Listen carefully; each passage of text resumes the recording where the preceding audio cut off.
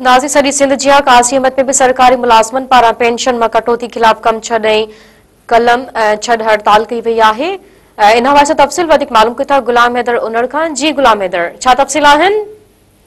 जी बिल्कुल, काज़ियमत Sindh employees union के सॾ ते मुलाज़िम पारां पेंशन में कटौती करण खिलाफ DRO ग्रुप इंश्योरेंस एडिल कटौती के खिलाफ कोटा समेत ॿियनि मुतालबन मंशा लाइ primary school, higher secondary school काज़ियमत, बॉयज स्कूल काज़ियमत, डिग्री कॉलेज, अस्पताल, टाउन कमेटी काज़ियमत, एसी ऑफिस, मुख्तियारकार ऑफिस समेत सरकारी इदारनि जे मुलाज़िम पारां तालाबंदी करे बाहों ते कारी पटी ॿधी प्ले कार्ड हथ में खणी एहतिजाजी मुज़ाहिरो कयो वियो, सख़्त नाराबाज़ी कई वई।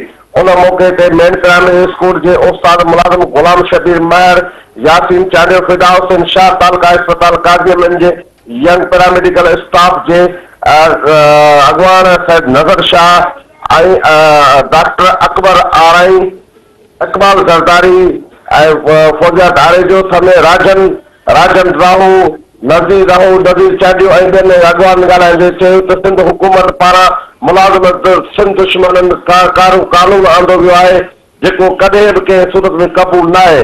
हिन मुताबिक़ पेंशन मां कटौती न कई वञे। DRO असां इंश्योरेंस पॉलिसी कोटा सिस्टम ॿिया जाइज़ मुतालबा मंजूर कया वञनि।